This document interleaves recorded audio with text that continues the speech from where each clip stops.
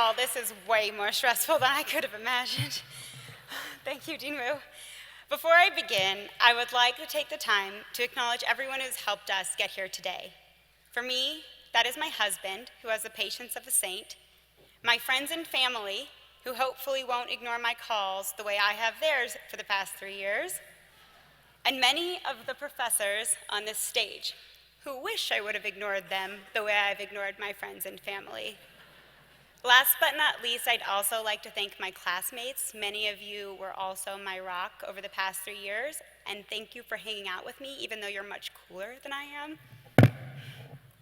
Each of us has a group of people or a person who has supported us through this arduous process, dealt with us through the mood swings and the meltdowns, and I would like to acknowledge them. Today is as much their success as it is ours. We could not have done it without them. So thank you to all of you here.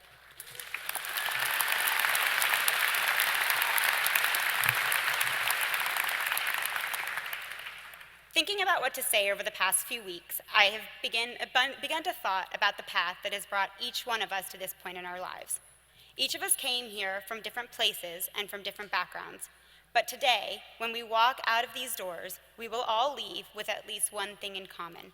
We are the UC Hastings Class of 2015. This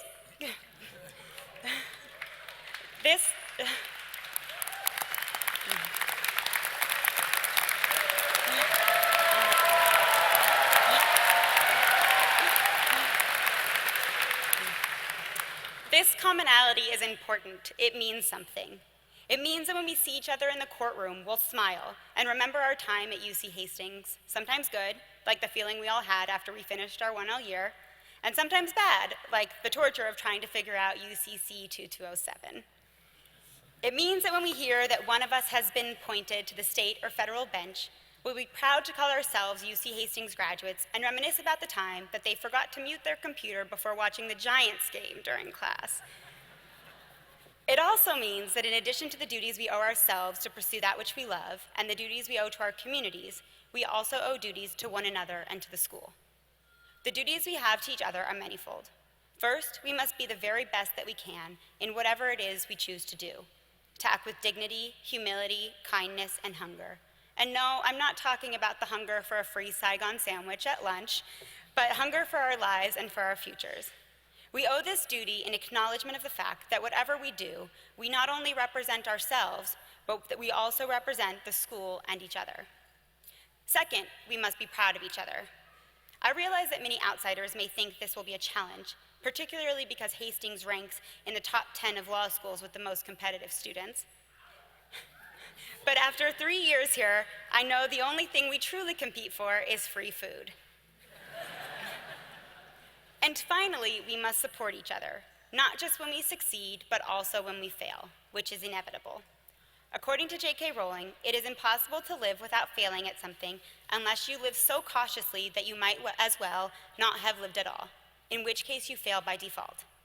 Knowing that there are at least 310 individuals supporting us will make this failure a little bit easier. As I mentioned earlier, we also owe a duty to our soon-to-be alma mater. The duty we owe to UC Hastings somewhat emanates from these duties we owe each other. That is, we have a duty to pay forward that which we have received these past 3 years. I know that many of us leave here excited for what the future may bring, but also perhaps frustrated or even defeated, particularly given that our ranking has fallen.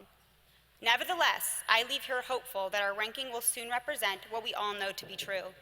We have received an exceptional legal education that will serve all of us well as we take our next steps. It is because of the quality of education and mentorship that we have received, both from the school and our esteemed alumni, that we owe this duty to pay it forward. For some of us, those feelings may not be as strong, but we, the class of 2015, have the ability to make UC Hastings even better for those who succeed us.